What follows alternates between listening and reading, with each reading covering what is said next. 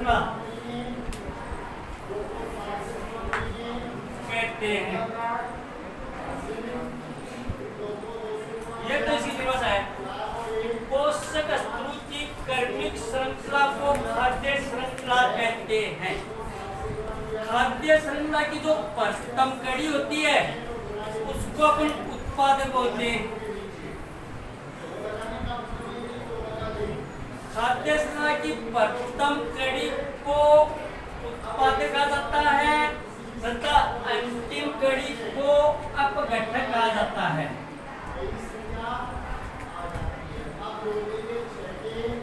ये प्रथम कड़ी होती है इसकी, और ये होती है इसकी अंतिम कड़ी।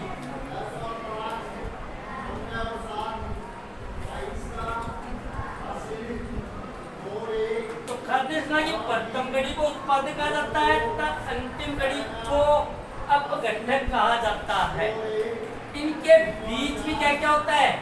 इनके बीच में क्रमशः प्राथमिक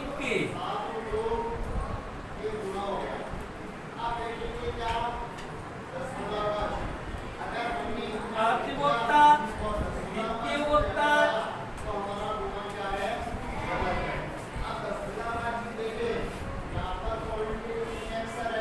एवं तृतीय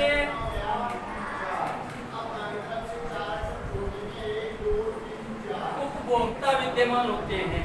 पहली कड़ी उत्पादक होती है, अंतिम कड़ी अपघटक होती है। दोनों के बीच में क्रमशः प्राथमिकता, द्वितीय उपभोक्ता और तृतीय उपभोक्ता विद्यमान रहते हैं।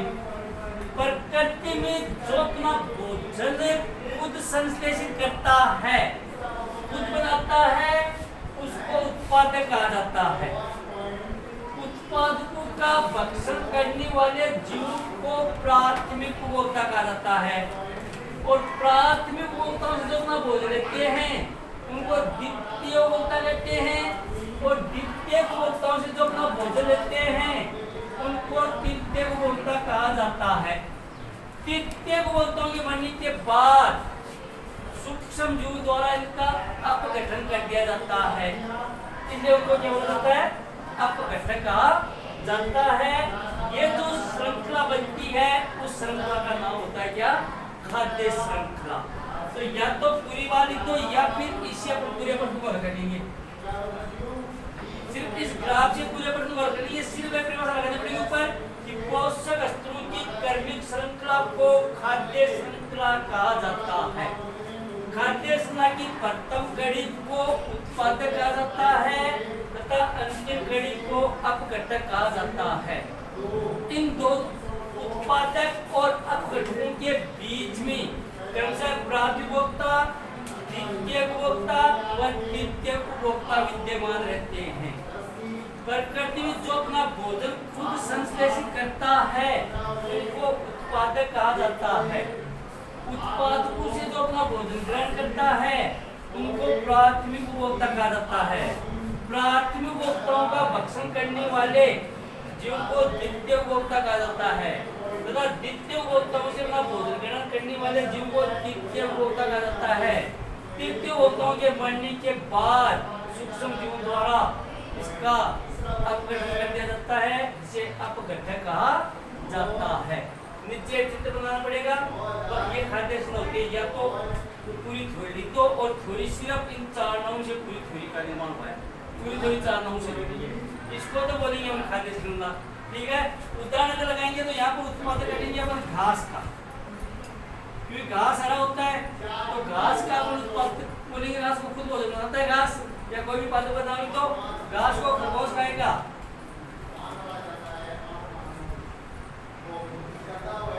घास को खरगोश खाएगा तो खरगोश क्या हो गया? प्राथमिक उपभोक्ता हो गया। खरगोश को भी कौन खाएगा? बिल्ली खाएगी, तो बिल्ली क्या हो जाएगी? द्वितीय उपभोक्ता हो जाएगी। बिल्ली को कुत्ता खाएगा तो कुत्ता क्या हो जाएगा? तृतीय उपभोक्ता हो जाएगा। कुत्ते का फिर क्या हो जाएगा? अपघटन हो जाएगा। मरने के बाद अपघटन हो जाएगा, तो उसको बोलेंगे अपघटन। ये चलेगा आपके खाद्य श्रृंखला का। घास, खरगोश, बिल्ली, कुत्ता और फिर अपने हो जाएगा सूक्ष्म जीव उसको कभी कभी प्रश्न आता है कि 4 चरणों वाली खाद्य श्रृंखला को उदाहरण से समझाइए। तो ये 4 चरणों वाली खाद्य श्रृंखला यही है, ये तो उदाहरण है तो 4 चरणों वाली खाद्य श्रृंखला का ही है। तो 4 चरणों वाली खाद्य श्रृंखला को उदाहरण होता है, या तो इस रूप में लगा देना आप और या फिर चित्र मुझे इस रूप में लगा देना। ये 4 चरणों वाली खाद्य श्रृंखला होती है। तो ये तो हो गई आपकी खाद्य श्रृंखला। खाद्य श्रृंखला के खाद्य श्रृंखला के अंतर्ग्रंथिल जाल को खाद्य जाल कहते हैं। ये तो इसकी परिभाषा होती है कि खाद्य श्रृंखला के अंतर्ग्रंथि जाल को खाद्य जाल कहा जाता है। खाद्य जाल में पहली बात है कि खाद्य जाल में कोई भी उपभोक्ता अस्थायी नहीं होता है। कोई भी उपभोक्ता अस्थायी नहीं होगा, चित्र होगा ही होगा, कैसे नहीं होगा।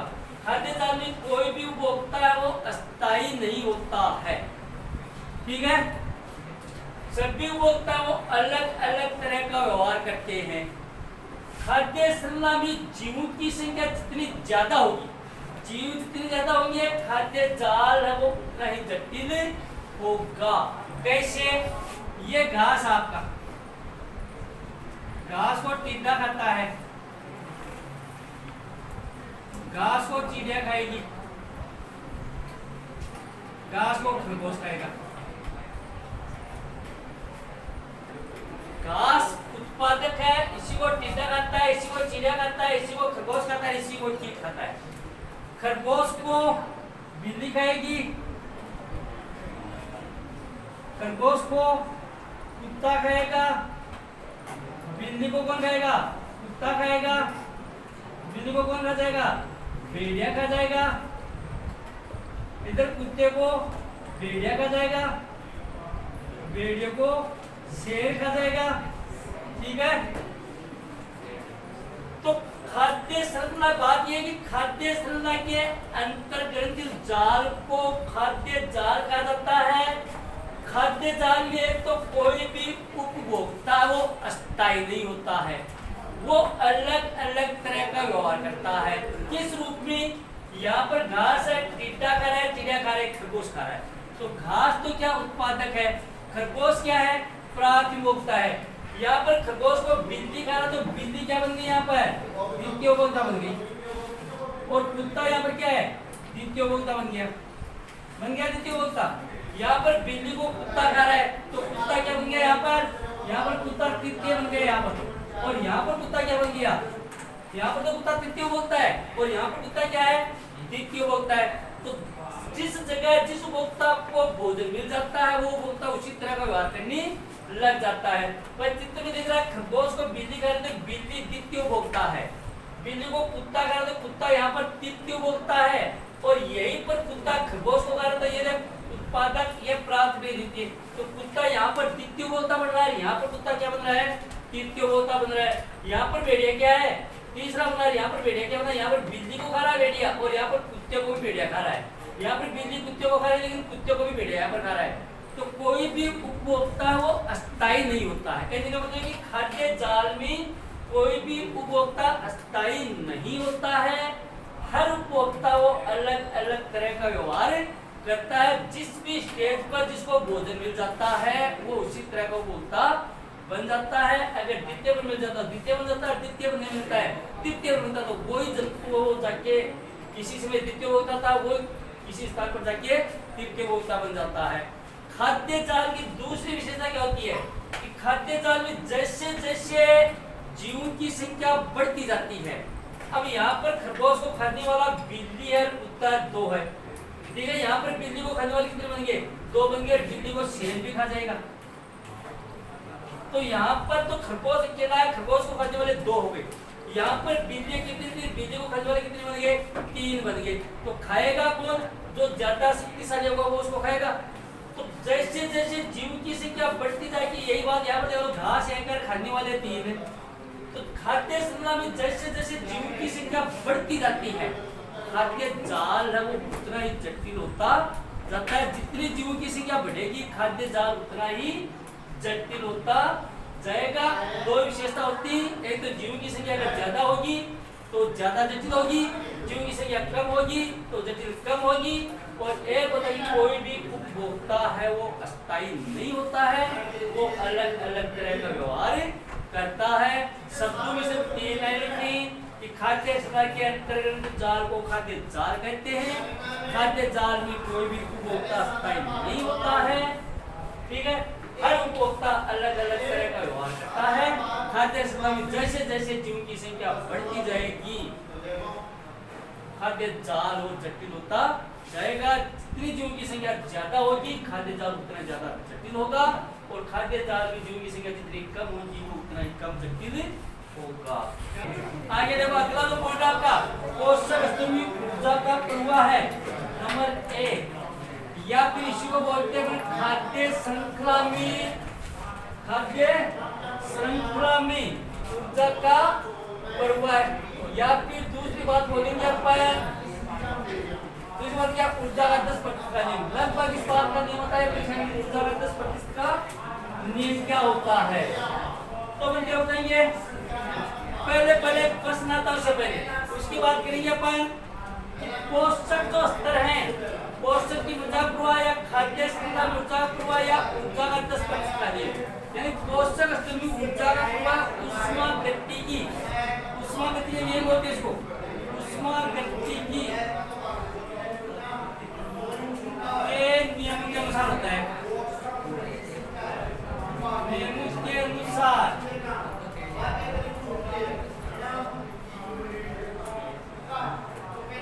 यानी पोषक स्तर में ऊर्जा का प्रवाह है वो ऊष्मागतिकी नियम होते हैं, ऊष्मागतिकी के नियम के अनुसार होता है। ऊष्मागतिकी जो नियम दिए थे वो वैज्ञानिक था जिसका नाम था लिंडमैन। लिंडमैन नामक वैज्ञानिक ने ऊष्मागतिकी के 2 नियम दिए थे। उन नियमों के अनुसार ही पोषक स्तर में ऊर्जा का प्रवाह होता। तो यहाँ पर एक प्रश्न याद रखना है कि पोषक स्तरों में या खाद्य श्रृंखला में ऊर्जा का प्रवाह किन नियमों के अंतर्गत होता है। तो बताइए, ऊष्मागतिकी के नियम के अनुसार। ऊष्मागतिकी के नियम किसने प्रतिपादित किए थे, बता दीजिए। लिंडमैन ने ऊष्मागतिकी के नियम प्रतिपादित किए थे।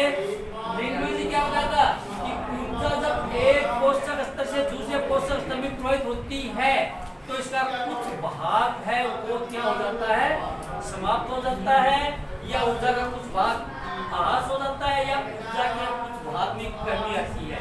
जब एक स्तर से दूसरे स्तर में जाएगी तो ऊर्जा का जो टोटल भाग होता है उसके कुछ न कुछ उसमें कमी आएगी। इससे ऊष्मागतिकी का नियम में कौन सी बात है, सिर्फ उन 2 बात याद रखिए। तो अब तो लिंडमैन ने बात बता दी, इनके अनुसार पोषक ऊर्जा का प्रवाह कैसे होगा ये बात हमको बतानी है। शुरुआत हम करेंगे कि प्रकृति में ऊर्जा का सबसे बड़ा स्रोत क्या होता है, सूर्य होता है। देना का छोटी सी बात है, प्रकृति में ऊर्जा का सबसे बड़ा स्रोत सूर्य होता है। सूर्य के पास इतनी पर्याप्त मात्रा में ऊर्जा है, सबसे बड़ा भंडार है सूर्य प्रकृति में ऊर्जा का, इतनी पर्याप्त मात्रा में सूर्य के पास ऊर्जा है। लेकिन फिर भी जीवधारी इसे सूर्य से सीधी ऊर्जा ग्रहण नहीं कर पाते। जीवधारी है वो सूर्य से सीधी ऊर्जा नहीं ले पाते। क्यों? सूर्य से सिर्फ और सिर्फ हरे पौधे, हरे पादप हैं वो ही सीधी ऊर्जा ग्रहण कर पाते हैं। सिर्फ हरे पौधे सूर्य से सीधी ऊर्जा ले पाते, बाकी कोई भी जीवधारी सूर्य से सीधी ऊर्जा ग्रहण नहीं कर पाएगा। इसलिए हरे पादप को क्या बोला जाता है, उत्पादक बोला जाता है। इसलिए हरे पादप को क्या बोला जाता है, उत्पादक बोला जाता है। तब सीधी सी बात है कि सूर्य के पास जितनी ऊर्जा थी वो ऊर्जा किसमें आ गई, उत्पादन के पास वो ऊर्जा आ गई, क्योंकि सीधी ऊर्जा सूर्य सूर्य से सिर्फ उत्पादक की ग्रहण कर पाते हैं। उत्पादकों का भक्षण करने वाले जीव को क्या बोलते हैं? प्राथमिक उपभोक्ता कहा जाता है। इसलिए यह ऊर्जा कहां पर आ जाती है? प्राथमिक उपभोक्ताओं में ऊर्जा आ जाती है। सूर्य से सूर्य से उत्पादक होते हैं। उत्पादकों का भक्षण करते कौन है? प्राथमिकता। पीछे बात आई कि उत्पादकों से भोजन लेने वालों को प्राथमिकता बोला जाता है। तो उत्पादकों का भक्षण करने वाले जीव को प्राथमिकता कहा जाता है। इसलिए ये ऊर्जा कहां पर आ गई? प्राथमिक उपभोक्ताओं में आ गई। प्राथमिक उपभोक्ताओं का भक्षण करने वाले जीवों को क्या बोला जाता है? द्वितीय उपभोक्ता बोला जाता है। इसलिए ये ऊर्जा कहां पर आ गई? अब द्वितीय उपभोक्ताओं में आ गई। और प्राथमिक उपभोक्ताओं का भोजन करने वाले प्राथमिक उपभोक्ताओं का भक्षण करने वाले जीव को द्वितीय उपभोक्ता बोला जाता है। इसलिए ऊर्जा प्राथमिक उपभोक्ताओं से किसमें आ गई? द्वितीय उपभोक्ताओं में आ गई। द्वितीय उपभोक्ताओं का भक्षण करने वाले जीव को क्या बोला जाता है? तृतीय उपभोक्ता बोला जाता है। इसलिए ऊर्जा कहां पर आ गई? तृतीय उपभोक्ताओं में प्रवेश कर गई। तृतीय उपभोक्ताओं के मरने के बाद सूक्ष्म जीवों के द्वारा इनका क्या कर दिया जाता है? अपघटन कर दिया जाता है। अपघटन हो जाएगा। जैसे इनका अपघटन हो जाएगा यहाँ पर, तो ये ऊर्जा फिर सीधी किसके पास आ जाएगी? वापस सूर्य के पास आ जाएगी। तृतीय उपभोक्ता मर गए, तो मरने के बाद इनका अपघटन हो गया। अपघटन हो गया तो जो सारी की सारी ऊर्जा थी वो कहां पर आ गई? वापस सूर्य के पास आ गई। अब जो बात है ये जो बात होती है, अपन बताएंगे कि अब सीधी सी मतलब की बात है कि सबसे ज्यादा ऊर्जा फिर किसके पास होनी चाहिए? सबसे ज्यादा ऊर्जा किसके पास होनी चाहिए? क्योंकि ये ऊर्जा थी यहाँ पर आ गई, यहाँ वाली ऊर्जा यहाँ पर आ गई, यहाँ वाली ऊर्जा यहाँ पर आ गई, यहाँ वाली ऊर्जा यहाँ पर आ गई। तो सबसे ज्यादा जो ऊर्जा है वो इनके पास होनी चाहिए। बस सबसे ज्यादा ऊर्जा प्रकृति में तृतीय उपभोक्ताओं के पास होनी चाहिए। क्योंकि सूर्य वाली ऊर्जा उत्पादों में आ गई, उत्पादों का प्राथमिकता यहाँ पर आ गई, द्वितीय में आ गई, तृतीय में आ गई, और यहाँ पर कहीं पर लगी, ये मर गए। तो इसका मतलब है कि सारी की सारी ऊर्जा फिर इनके पास की हो गई। तो प्रकृति में सबसे ज्यादा ऊर्जा है वो तृतीय उपभोक्ताओं के पास होनी चाहिए, लेकिन प्रकृति में ऐसा नहीं होता है। क्यों नहीं होता है? प्रकृति में सबसे ज्यादा ऊर्जा है वो उत्पादकों के पास होती है। सबसे ज्यादा ऊर्जा किसके पास होती है? उत्पादकों के पास होती है। बड़ी सी बात होती है, यहाँ वाली ऊर्जा तो आगे पार हो गई, तो फिर भी इसके पास कैसे बच गई? तो प्रकृति में सबसे ज्यादा ऊर्जा किसके पास होती है? उत्पादकों के पास होती है। क्यों होती है उत्पादकों के पास? क्योंकि ऊर्जा है, पहली बात होती है कि ऊर्जा का प्रवाह है वो उच्च, ऊर्जा का प्रवाह एक दिशीय होता है। पहली बात तो ये एक प्रश्न याद रखना, यहाँ पर ऊर्जा का प्रवाह हमेशा ही एक दिशीय होता है। ऊर्जा हमेशा एक दिशा में प्रवाहित होती है, और वो दिशा कौन सी होती है? उच्च स्तर से निम्न स्तर की ओर। वो दिशा क्या होती है?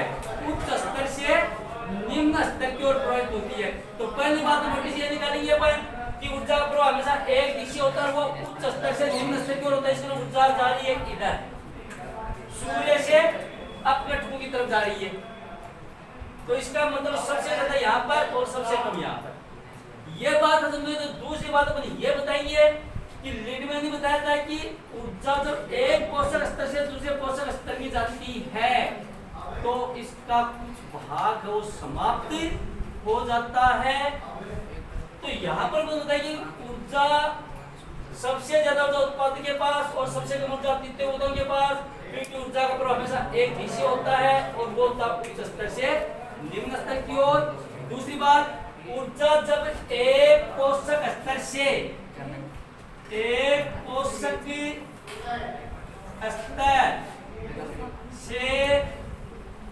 दूसरे पोषक स्तर तक जाती है तो इसका 90% भाग समाप्त हो जाता है। क्या होगा, ऊर्जा जब एक पोषक स्तर से दूसरे पोषक स्तर में जाती है तो इसका 90% भाग समाप्त हो जाता है। फलस्वरूप अगले कोशीय स्तर को सिर्फ 10% ऊर्जा ही प्राप्त हो पाती है। इसलिए ही इसे ऊर्जा का 10% का नियम कहा गया है। ठीक है, तो अब बात समझ में यहाँ पे आ गई कि जब एक कोशीय स्तर से दूसरे कोशीय स्तर में जाते हैं उसका 90% भाग समाप्त हो जाता है। फलस्वरूप अगले पोषक स्तर को सिर्फ कितनी मिल पाती है, 10% मिल पाती है। तो यहाँ से चलिए इनके पास अगर 100 आ गई, ये दोनों के पास एक बात है, यहाँ पर 100 है, प्रारंभिक ऊर्जा में जाती है 90% भाग खत्म हो जाएगा। 100 में से 90 खत्म होगी, यहाँ पर 10 मिलेंगे, यहाँ पर इनको 10% मिली, 10 का फिर 90 खत्म हो गया भाई, 10 का फिर 90 खत्म हो गया तो यहाँ पर और कम हो गई, फिर यहाँ पर आया तो यहाँ पर जो जितनी बची उसका 90 फिर खत्म हो गया। तो जैसे जैसे एक पोषक स्तर दूसरे पोषक स्तर जाती है उसका 90% भाग समाप्त हो जाता है और अगले स्तर को सिर्फ 10% जब पाती है। तो अब अंदाजा लगा दो, यहाँ पर सीधी सी बात है कि इनके पास 100 है, यहाँ पर आके अगर 10 बच गई तो ज्यादा किनके पास हुई, उत्पादकों के पास हुई, क्योंकि ज्यादा उत्पादक जाएगा 90 खत्म हो जाएगा, 10 मिलेगा, फिर 90 खत्म हो जाएगा, फिर 10 मिलेगा, फिर 90 खत्म हो जाएगा। इस तरह से आगे ऊर्जा का मान कम होता जाएगा। तो अब अपन बता देंगे कि प्रकृति में सबसे ज्यादा ऊर्जा उत्पादकों के पास होती है और सबसे कम ऊर्जा किसके पास होती है, द्वितीय उपभोक्ताओं के पास होती है।